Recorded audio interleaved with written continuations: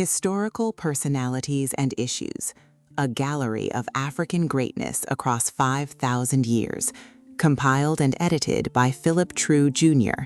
for the John Henrik Clarke Virtual Museum. From the first physicians and pharaohs of the Nile, to the warrior queens of Angola and Ashanti, to the kings who fought the slave trade and colonial conquest, this collection restores names that were stolen, forgotten, or buried. It closes with John Henrik Clarke's own searching meditation on alliances, betrayal, and the meaning of African self-determination.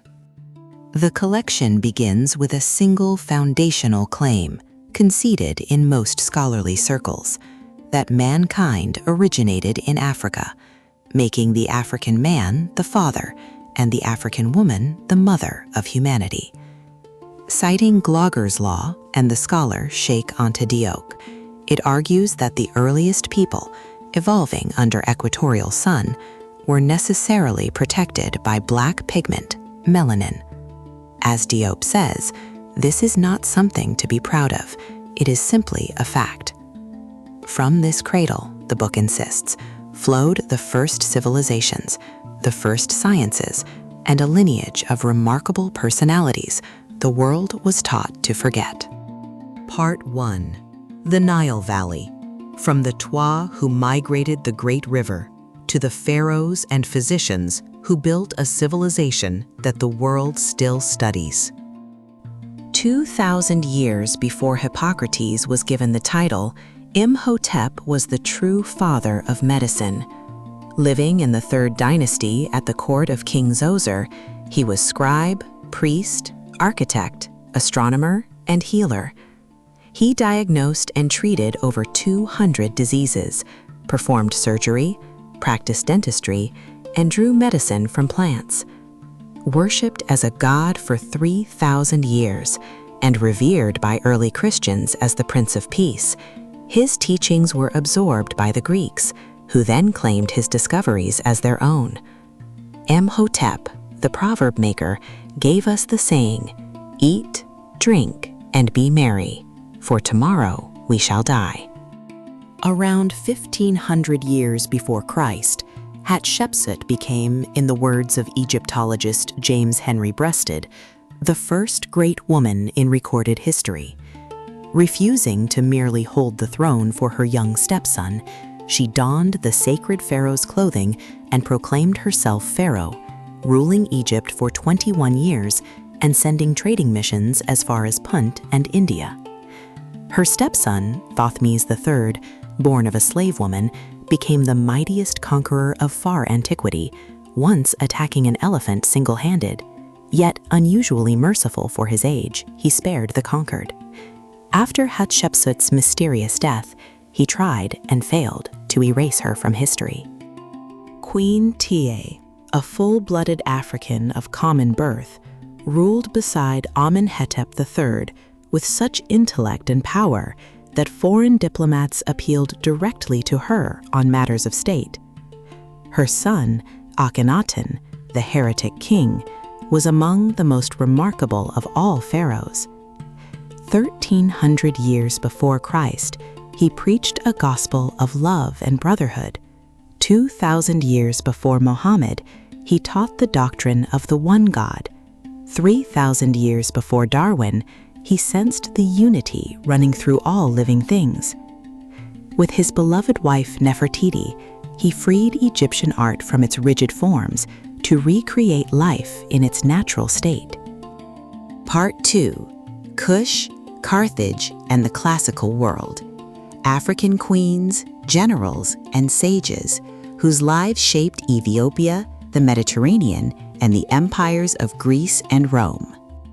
In 960 before Christ, the nation now called Ethiopia returned to the center of history, represented by a queen known as Makeda, the Queen of Sheba. Drawn by the fame of King Solomon, she made a long and difficult journey to Jerusalem to learn of his wisdom. Solomon and Makeda were equally impressed with one another, and from their union was born a son, Menelik I, founder of an Ethiopian dynasty. She reigned over Sheba, Arabia, and Ethiopia, and built for herself the capital of Debre Makeda. Cherished as national heritage, this African queen is honored in two holy books, the Bible and the Quran.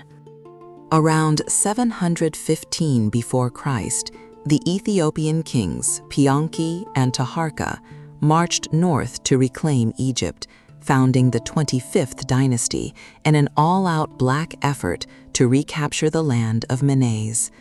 Taharqa later defended Israel against the Assyrians and is named twice in the Bible. Centuries on, Hannibal of Carthage, descended from the black merchant Phoenicians, became perhaps the greatest military strategist of all time. With 80,000 infantry and 40 war elephants, he crossed the Alps to conquer nearly all of Italy, twice annihilating vastly larger Roman armies through brilliant battlefield deception before taking his own life rather than surrender. Aesop, the fabulist whose wisdom inspired Plato, Socrates, Aristotle, and Shakespeare, was a black slave whose very name is a contraction of Ethiop. Sold in a market with a musician and an orator, the young Aesop disarmed his buyer with wit alone. And then Cleopatra, about whom the book says more nonsense has been written than any other African queen. Pictured by the collection as a distinctly African woman, dark in color, she used beauty, learning, and political genius to hold two masters of the world, Julius Caesar and Mark Antony, in a desperate maneuver to save Egypt from the harshest aspects of Roman domination. Part 3. The Medieval Empires. From Moorish Spain to the stone cities of Monomotapa to Timbuktu, the Queen of the Sudan and the center of learning. Yaqub Al-Mansur, whose name means the invisible, was the most powerful of the Moorish rulers who dominated Spain for 500 years. Son of a pure African slave, he never lost a battle, defeating armies of 300,000 and building the famous mosques of Granada and Cordova that still stand.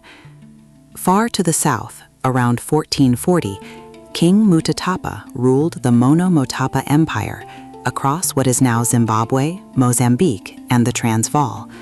With over 4,000 active mines and stone structures rivaling the pyramids, his people were master stonemasons whose drive for excellence proved a high civilization flourished in southern Africa, even as Egypt and Ethiopia flourished in the north.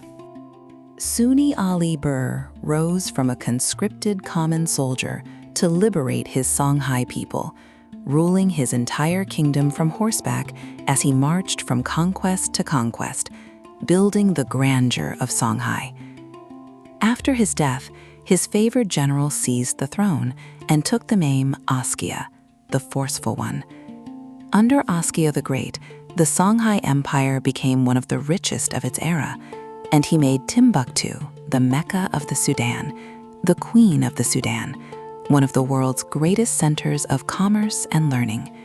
Its brilliance, the book says, still shines in the imagination like a star that, though dead, continues to send its light. Part 4. Resistance.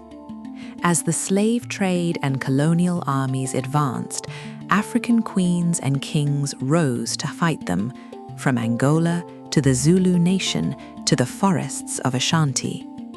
When Portugal pushed its slave trade into Angola, it met Nzingha, a great head of state and military leader with few peers.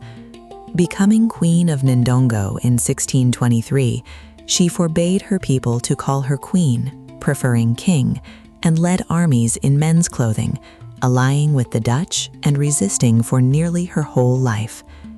To the west rose Dahomey, whose feared army of 25,000 included 5,000 women who ranked above the men.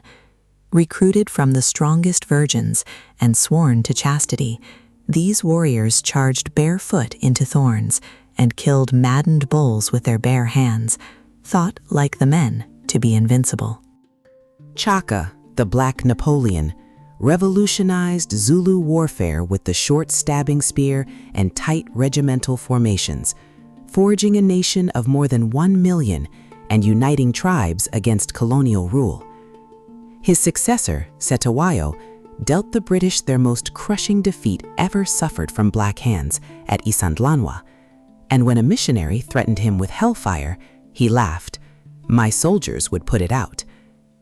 And in Bana, when the British demanded the sacred golden stool that held the soul of the Ashanti, the Queen Mother, Yaa Asantewa, shamed the hesitating chiefs. "If you men will not go forward, then we the women will." Hers was the last great war led by an African woman. Across West Africa, kings held the line against European conquest.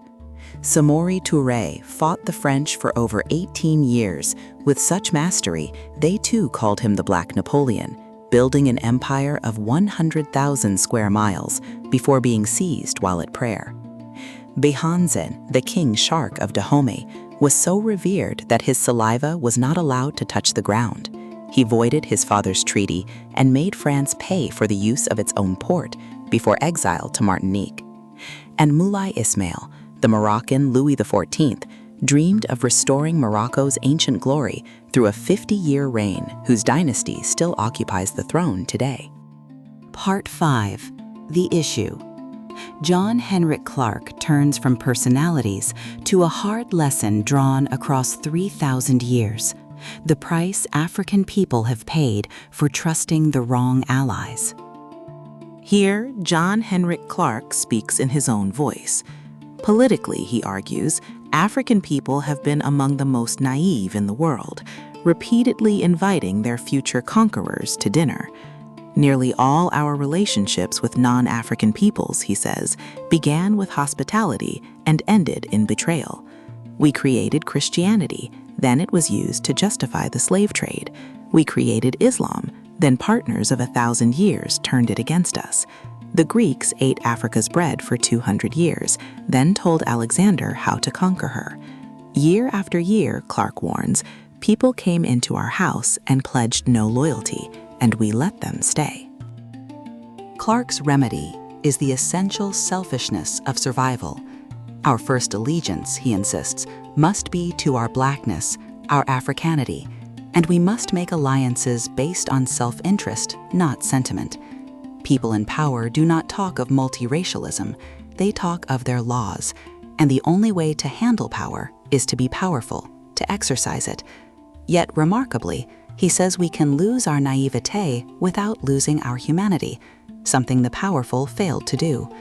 Standing in the wings of history, ready or not, African people must build first a social order for themselves and their children, and then, out of that Africanity, a social order for the world. From Imhotep to Yaa Asantewa, from the cradle of mankind to the empires of Songhay and the warrior queens of Angola, Historical Personalities and Issues restores a lineage the world was taught to forget. And John Henrik Clarke leaves us with a charge. Out of your essential Africanness, looking first and foremost to yourselves, you might create the atmosphere where no man walks in fear, and no man must apologize for his color, or celebrate it. Compiled and edited by Phillip True, Jr. for the John Henrik Clarke Virtual Museum and the Du Bois Learning Center.